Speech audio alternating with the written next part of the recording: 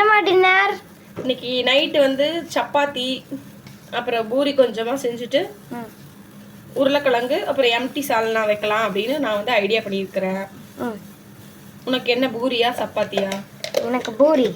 அதுக்கு முன்னாடி நம்ம ஈவினிங்ல டீ குடிச்சிட்டு தான் நான் வந்து இப்போ ஆரம்பிக்க போறேன்.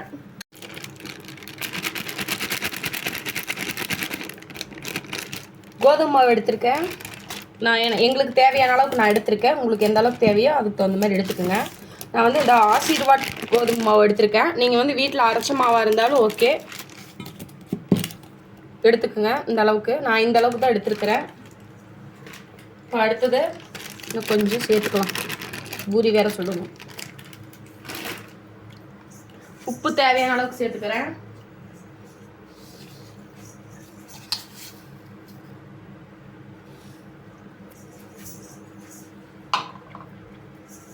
இப்போ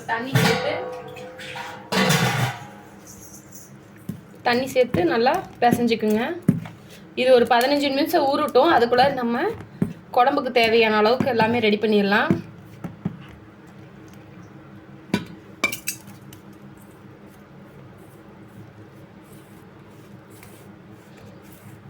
இல்லை ஸ்கூல் லீவ் டைமில் குழந்தைங்க எல்லாம் பாருங்க என்னென்ன கேட்குறாங்க.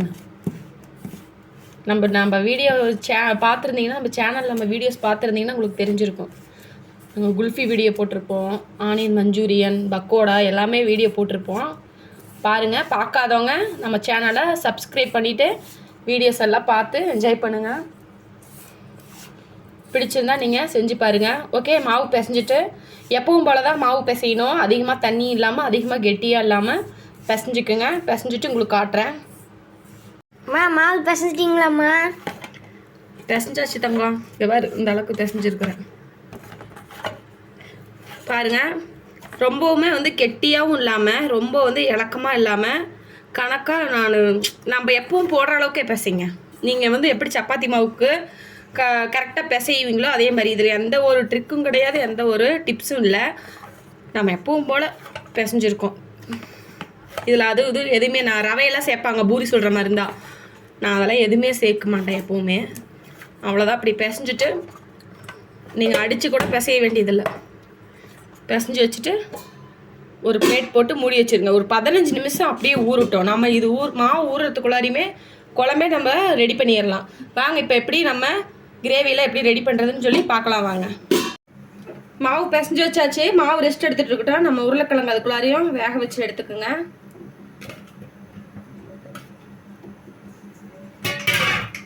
உருளைக்கிழங்கு சேர்த்துருக்கேன்.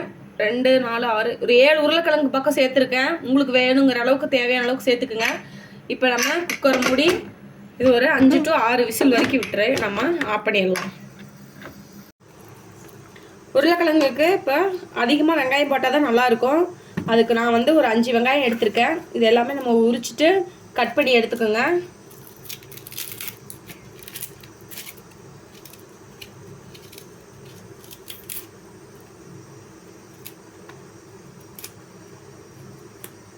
இருக்கிறதுலே வெங்காயம் வந்து உரிச்சு கட் பண்ணுற வேலை தான் பெரிய வேலை.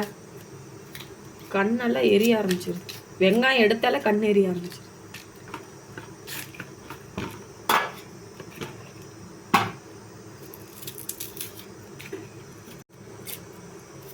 இருக்கிற எல்லா வெங்காயமும் நம்ம உரிச்சிட்டு உங்களுக்கு காட்டுறேன் வீடியோ.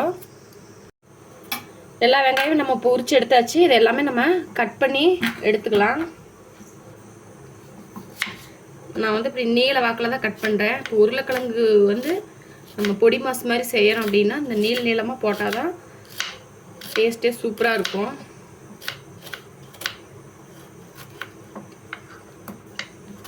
இந்த மாதிரி நம்ம எல்லா வெங்காயத்தையுமே கட் பண்ணிக்கோங்க. தக்காளி வந்து இதுக்கு ஒரு தக்காளி போட்டாலே போதும். நீங்கள் எடுக்கிற உருளைக்கிழங்கோட அளவை பொறுத்து எடுத்துக்கோங்க. நான் எல்லா வெங்காயமும் கட் பண்ணிவிட்டு உங்களுக்கு காட்டுறேன். தக்காளி பழம் ஒரு பழம் கட் பண்ணி வச்சுருக்கேன். இது கூட வந்து ஒரு 5 பச்சை மிளகாய் இப்படி நீல வாக்கில் இப்படி கட் பண்ணி நான் எடுத்துக்கிறேன். உங்கள் காரத்துக்கு தகுந்த மாதிரி நீங்கள் சேர்த்துக்குங்க. நம்ம உருளைக்கிழங்கு பொறுத்த வரைக்கும் இந்த பூரிக்கு வைக்கிறோம் பார்த்தீங்களா, அந்த கிழங்கு பொறுத்த வரைக்கும் காரத்துக்கு வந்து வேறு மசாலாலாம் எதுவுமே சேர்க்க போகிறதில்ல.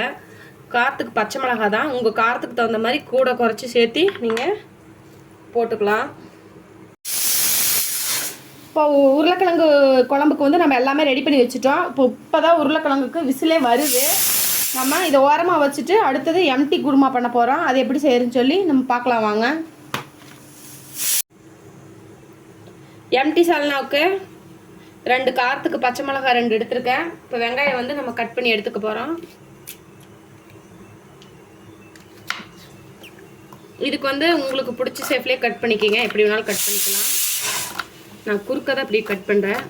உங்களுக்கு நீல வாக்கில் வேணாலும் நீங்கள் கட் பண்ணி எடுத்துக்கோங்க. வெங்காயம் கட் பண்ணிவிட்டு தக்காளி கட் பண்ணும்போது உங்களுக்கு காட்டுறேன். வெங்காயம் 2 கட் பண்ணி வச்சுட்டேன். இப்போ தக்காளி பழம் 2 இல்லைன்னா 3, நீங்கள் குழம்பு எவ்வளோ வைக்கிறீங்களோ அதுக்கு தகுந்த மாதிரி இப்படி கட் பண்ணிக்கிங்க. நான் வந்து ஒரு 3 பழம் எடுத்துக்கிறேன்.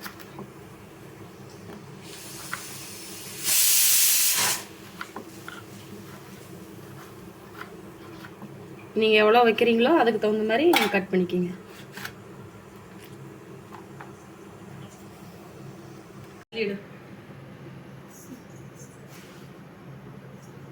இப்போ எம்டி சால்னா வச்சுக்கலாம். கடாய் வச்சுருக்கேன். கடலை எண்ணெய் சேர்த்துக்கிறேன். நீங்கள் ரீஃபண்ட் ஆயில் கூட சேர்த்துக்கலாம். 3 ஸ்பூன் நல்லா ஊற்றிருக்கேன்.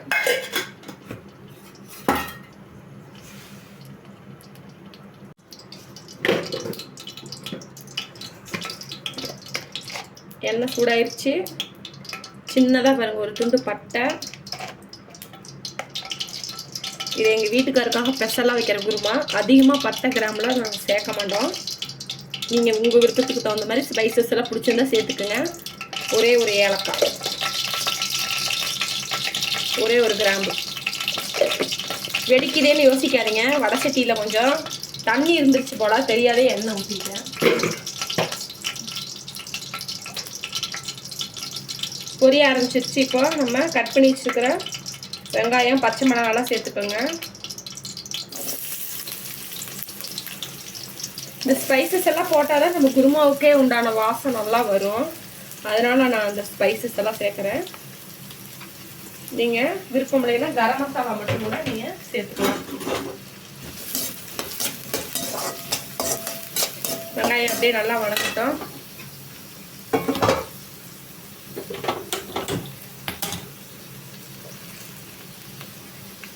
இந்த அடுப்புல என்னமா வைக்க போறீங்க? அந்த அடுப்புல வந்து நைட்டுக்கு முட்டை வேவிக்கலாம்னு இருக்கிறேன். உனக்கு வேணுமா முட்டை? 2 முட்டை வேவிக்கிறேன். உனக்கு ஒன்று அப்பாவுக்கு ஒன்று. முட்டை வேவிக்கும் போது நம்ம கொஞ்சம் உப்பு போட்டுக்கிட்டோம் அப்படின்னா முட்டை தோல் உரிக்க ஈஸியாக இருக்கும். அதுக்காக தான் போட்டிருக்கேன். இப்போ வெங்காயம் பாருங்க வணங்கிட்டு இருக்கு. கண்ணாடி பதம் அளவுக்கு வந்ததுக்கப்புறம் நம்ம இஞ்சி பூண்டு பேஸ்ட்டு சேர்த்துக்கலாம்.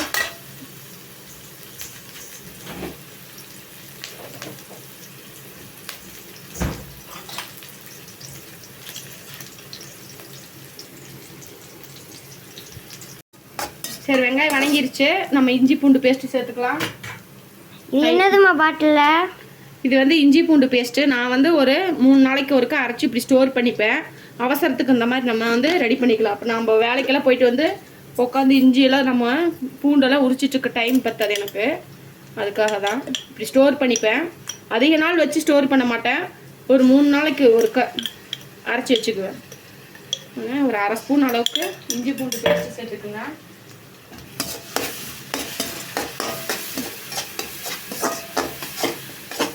இஞ்சி பூண்டு பேஸ்ட்டு மட்டும் தான் அப்படி ஸ்டோர் பண்ணியிருப்பேன். மற்றது எல்லாமே நான் வந்து அப்போ வெங்காயம் உரிக்கிறது அதெல்லாம் அப்போக்கப்பவே செஞ்சுக்கலாம். இது மட்டும் தான் கொஞ்சம் பூண்டெல்லாம் உரிக்கிறோம் இல்லைங்களா, அதெல்லாம் வந்து மலை பூண்டாக இருந்தால் உரிக்க ஈஸியாக இருக்கும். இந்த நாட்டு பூண்டெல்லாம் உரிக்கிறதுக்கு ரொம்ப சிரமமாக இருக்கும்.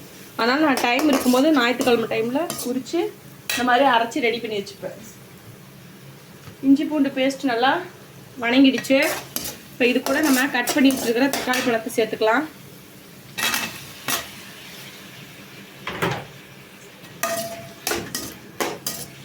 தக்காளி பழம் சேர்த்துட்டு கொஞ்சமாக கல்லுப்பு சேர்த்துட்டு மூடி வச்சுக்கலாம். நம்ம வீடியோ பார்க்காதவங்க கண்டிப்பாக எல்லாமே பாருங்கள். நம்ம வீடியோஸில் அடுத்தது ஹோம் டூர்ஸ் எல்லாம் போடலான்னு இருக்கிறோம். நீங்கள் சப்போர்ட் பண்ணுங்கள். சப்போர்ட் பண்ணிங்கன்னா கண்டிப்பாக ஹோம் டூர் அடுத்தது நாங்கள் தக்காளி பழம் வணங்கிடுச்சான்னு பார்க்கலாம் வாங்க. பேசிட்டு இருக்கும்போதே வீடியோ கட் ஆயிடுச்சுங்க. ஓவர் ஹீட்டிங்னு சொல்லி காட்டிடுச்சு மொபைலில். நம்ம அடுத்தது வந்து வீடியோவில் ஹோம் டூர் போடலாம் அப்படின்ட்டு இருக்கிறோம். சப்போர்ட் பண்ணிங்கன்னா கண்டிப்பாக நம்ம வந்து ஹோம் டூர்ஸ் பார்க்கலாம். அடுத்தது vlogs போடுறோம். ஞாயிற்றுக்கிழமை நம்ம vlogsம் போடலான் இருக்கிறோம். பேசிகிட்டே இந்த மசாலாலாம் போட்டேன். மஞ்சத்தூள் வந்து ஒரு 1/4 ஸ்பூன் போட்டிருக்கேன். கொத்தமல்லி தூள் வந்து 2 ஸ்பூனு. மிளகாய் தூள் நம்ம ஆல்ரெடி பச்சை மிளகாய் வேறு சேர்த்துருக்கோம். காரத்துக்கு தகுந்த மாதிரி சேர்த்துக்குங்க.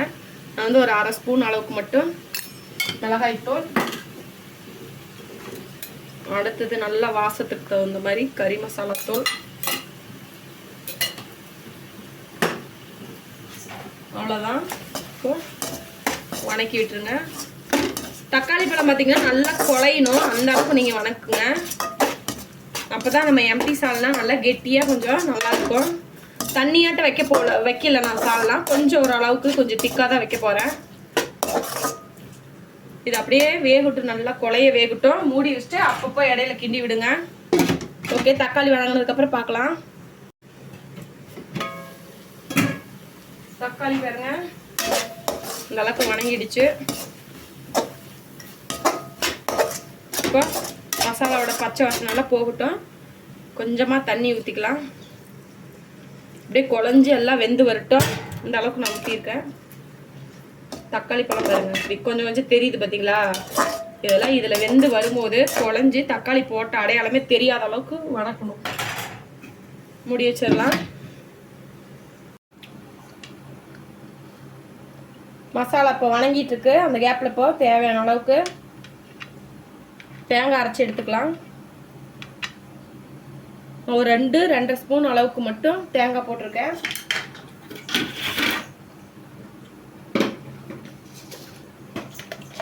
இது கூட வாசத்துக்கு இது வந்து டைஜஸ்ட் ஆகும். சோம்பு சேர்த்திங்கன்னா குருமாவுக்கு வந்து நல்ல ஒரு வாசத்தை கொடுக்கும். சேர்த்துக்கிங்க.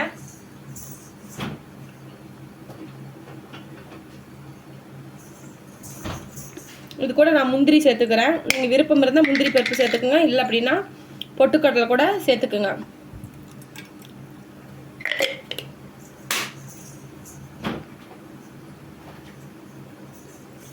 இதை வந்து நல்லா பேஸ்ட் பதத்தில் நம்ம தண்ணி சேர்த்து அரைச்சி எடுத்துக்கலாம். நான் உங்கள்கிட்ட அரைச்சிட்டு காட்டுறேன். தேங்காய் பேஸ்ட் பாருங்கள் அரைச்சி எடுத்தாச்சு. இப்போ நம்ம வணக்கி வச்சுருக்கிற கிரேவியும் ரெடியாக இருக்குது. இது கூட சேர்த்துக்கலாம்.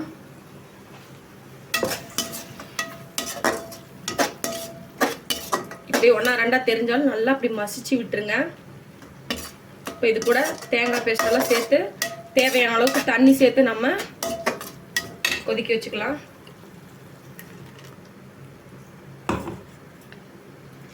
குழம்பு வந்து நீங்கள் அதிகமாக வைக்கிறீங்கன்னா அதுக்கு தகுந்த மாதிரி தேங்காய் பேஸ்ட்டு தக்காளி வெங்காயம் எல்லாம் அதிகப்படுத்திக்கிங்க.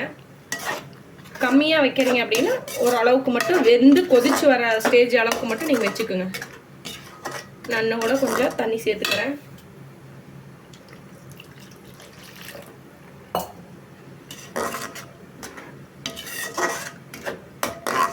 போதும், எனக்கு ஓரளவுக்கு இருக்குது. எனக்கு இது நல்லா கொதிச்சு ஓரளவுக்கு கெட்டியாக வரும். இந்த அளவுக்கு எனக்கு இருந்தால் போதும். உங்களுக்கு தேவைப்பட்டால் நீங்கள் வேணால் சேர்த்து தண்ணி ஊற்றிக்கிங்க. இப்போ நம்ம இதை மூடி வச்சு சிம்லேயே நல்லா கொதிக்க வச்சு எடுத்துக்கலாம். அடுத்தது அந்த குழம்பு அந்த பக்கம் ரெடி ஆகட்டும். நம்ம அதை உருளைக்கிழங்கு செஞ்சுக்கலாம். அம்மா அந்த அடுப்பு வச்சுருக்கீங்கம்மா. அந்த குழம்பு என்னமாச்சு? குழம்பு பக்கத்து அடுப்பில் ரெடி ஆகிட்டுருக்கு. அப்புறம் அதுக்குள்ளே நம்ம இடையில எதை செஞ்சிடலாம் அப்படின்னு ரெடி பண்ணிகிட்ருக்கேன். தாளிச்சு விட்டுட்டா போதும் தங்கம். குழம்பு சிம்மில் தானே கொதிக்குது. அப்படியே கொதிச்சுட்டு இருக்கட்டும். அந்த கேப்பில் வந்து உருளைக்கிழங்க நம்ம ரெடி பண்ணிக்கலாம். இப்போ இதில் வந்து ஒரு 3 வெங்காயம் வளங்குற அளவுக்கு ஒரு 4 ஸ்பூன் அளவுக்கு எண்ணெய் ஊற்றிக்கிறேன். ஆயில் சூடாயிடுச்சு. இப்போ இது கூட கடுகு சேர்த்துக்கலாம். ஒன்று செஞ்சோன்னா எண்ணெய்க்கு செய்யறது 2 அடுப்பு கொடுத்துருக்காங்கல்ல, அதனால 2 அடுப்பு தூக்கி வச்சிட்டோம்னா படம் ஆயிரும்.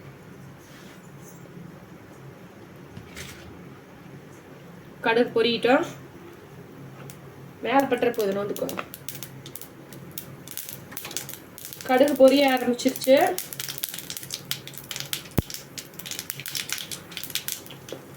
கருவேப்பிலை, பச்சை மிளகாய் சேர்த்துக்குங்க. தங்கம் மேலே பட்ட போகுது. பெரிய வெங்காயம்,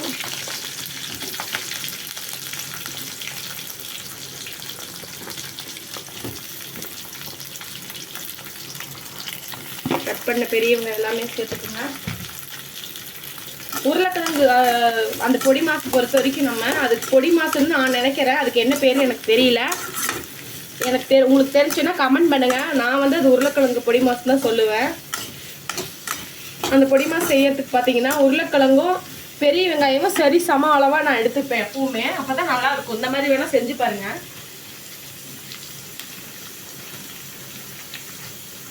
கன்ஃபார்மா அது பேர் வந்து பொடி மாசாங்கிறது எனக்கு தெரியாது. ஆனா வந்து நான் அப்படிதான் சொல்லுவேன். உங்களுக்கு வேணா என்ன அது அந்த குழம்பு பேர் என்னன்னு தெரிஞ்சா சொல்லுங்க. இது வரைக்கும் அது பேர் தெரியாம அப்படிதான் நாங்களாம் சொல்லிட்டு இருக்கிறோம். எங்க பையன்கிட்ட கூட அப்படிதான் சொல்லிக்கிறேன், பொடி மாசு செஞ்சு தரேன் அப்படின்னு. நல்லா வணங்கட்டும். வணக்கிட்டு உங்களுக்கு காட்டுறேன்.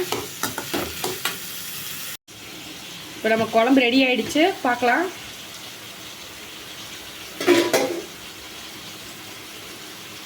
உப்பு காரம் எல்லாமே உங்களுக்கு தகுந்த மாதிரி சேர்த்து போட்டுக்கோங்க. இப்போ குழம்பு பாருங்க ரெடி ஆயிடுச்சு. மல்லித்தலையை தூவி இறக்கிடலாம். அம்மா இது உருளைக்கிழங்கு விட நல்லா சூப்பராக இருக்குதும்மா. வாசனையாக அற்புதமாக இருக்குது. எனக்கு பிடிச்சிருக்குதும்மா. சாப்பிட்டு பாரு, டேஸ்ட் இன்னும் சூப்பராக இருக்கும். நான் இந்த குழம்பு வந்து ரெண்டா டைம் ட்ரை பண்ணியிருக்கிறேன். நீ வந்து அன்னைக்கே சொல்லியிருந்தில்ல. இதில் வந்து நான் உருளைக்கிழங்கு சேர்த்து நான் செஞ்சு கொடுத்தேன் ஃப்ரெண்ட்ஸ். இப்போ வந்து நான் வந்து எம்டி சால்னாவை தான் வச்சுருக்கிறேன். இது கூட நீங்கள் வந்து உருளைக்கிழங்கை வேக வச்சு சேர்த்துக்கிட்டிங்கன்னா இன்னும் டேஸ்ட் சூப்பராக இருக்கும். வேணால் ட்ரை பண்ணி பாருங்கள். போதும், எனக்கு இந்த அளவுக்கு திக்காக இருக்குது. உங்களுக்கு எப்படி வேணுமோ இதை வந்து தண்ணி குழம்பாட்டம் கூட நீங்கள் வச்சுக்கலாம்.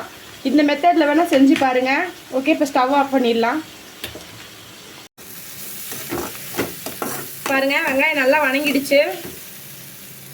இப்போ இது கூட நம்ம வெங்காயத்துலேயும் மஞ்சத்தூள் சேர்த்துக்குங்க. அப்போ தான் நல்லா கலர் கொடுக்கும். ஒரு 1/4 ஸ்பூன் அளவுக்கு மஞ்சத்தூள் சேர்த்துருக்கேன். சேர்த்துட்டு லைட்டாக அப்படி வணக்கி விட்டுருங்க. இப்போ நம்ம ஒரு தக்காளி பழம் கட் பண்ணி வச்சுருக்கோம் இல்லைங்களா, அதையும் சேர்த்துக்குங்க.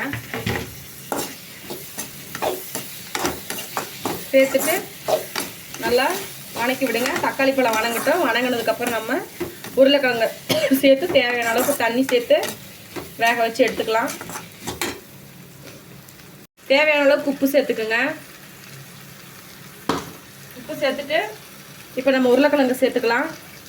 உருளைக்கிழங்கு பாருங்க நல்லா வேக வச்சு தோலை உரிச்சிட்டு வச்சுருக்கேன். இப்படி நல்லா இப்படி 1 2 இப்படி பொடி பண்ணி விட்டுட்டு சேர்த்துக்குங்க.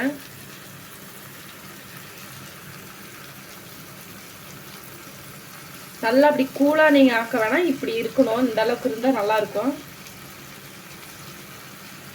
அப்படி பிசைஞ்சு விட்டு 1 2 அப்படி உடச்சி விட்டு சேர்த்துக்குங்க.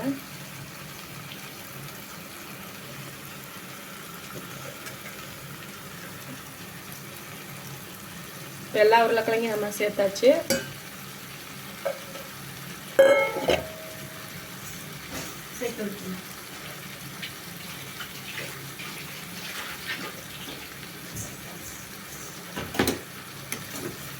அப்படியே இப்படி கிளறி விடுங்க.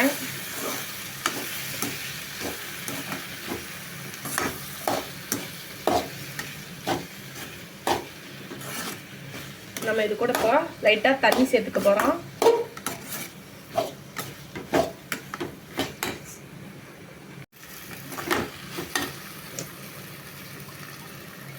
ஒரு 1 டம்ளர் அளவுக்கு தண்ணி சேர்த்துருக்கேன்.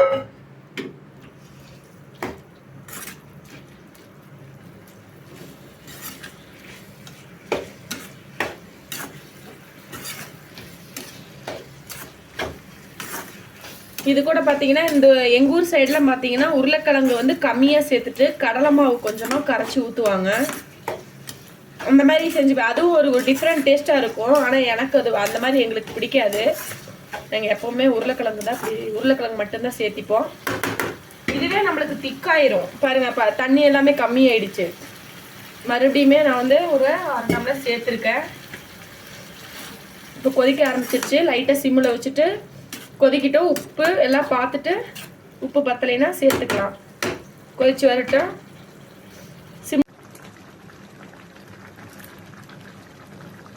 நம்ம பூரி உருளைக்கிழங்கு சூப்பராக ரெடி ஆயிடுச்சு.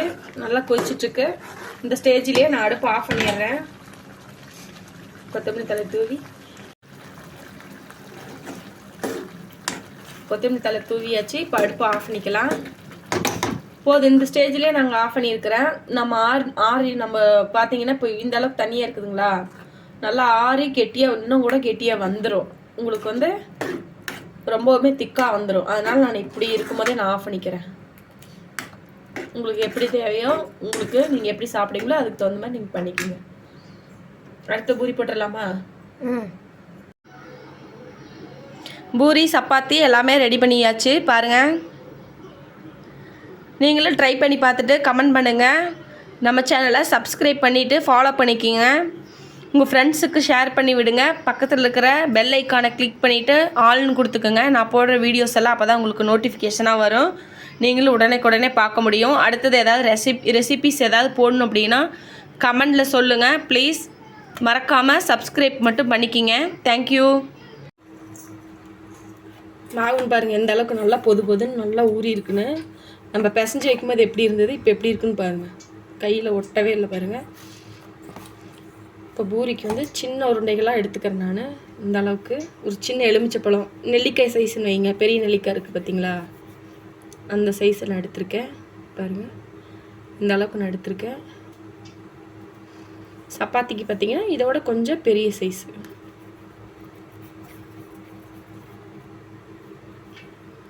இது பாருங்க, இது வந்து ஒரு பெரிய எலுமிச்சப்பழம் சைஸு, இந்த அளவுக்கு எடுத்திருக்கேன். இப்போ நம்ம இதை தேய்ச்சி நம்ம சப்பாத்தி பூரி போட்டுக்கலாம்.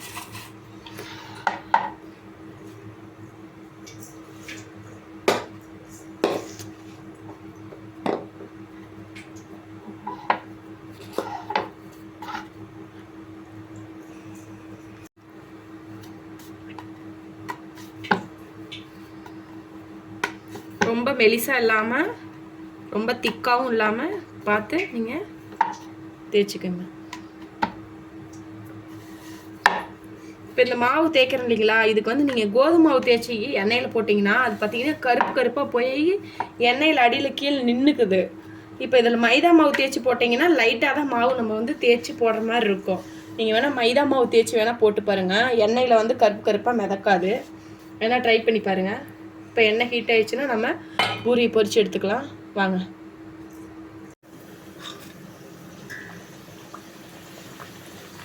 பூரியை வந்து போட்டாச்சு. பாருங்க, புசு நல்லா உப்பிட்டு வருது.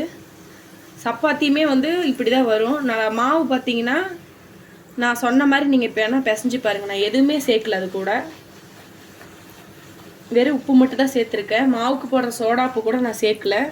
ஆனால் பூரி நல்லா சாஃப்டாக இருக்கும். நம்ம மாவு பிசைஞ்சு அதுக்கு வந்து 15 நிமிஷமாவது ரெஸ்ட்டு கொடுக்கணும். அப்போ தான் நல்லா ஊறி வரும்போது உங்களுக்கு பூரி இந்த அளவுக்கு நல்லா உப்பெல்லாம் வரும். ஓகே, நான் பூரி பொரிச்சிட்டு உங்களுக்கு காட்டுறேன். சப்பாத்தியும் சுட்டு எடுத்துகிட்டு உங்களுக்கு காட்டுறேன் வீடியோ.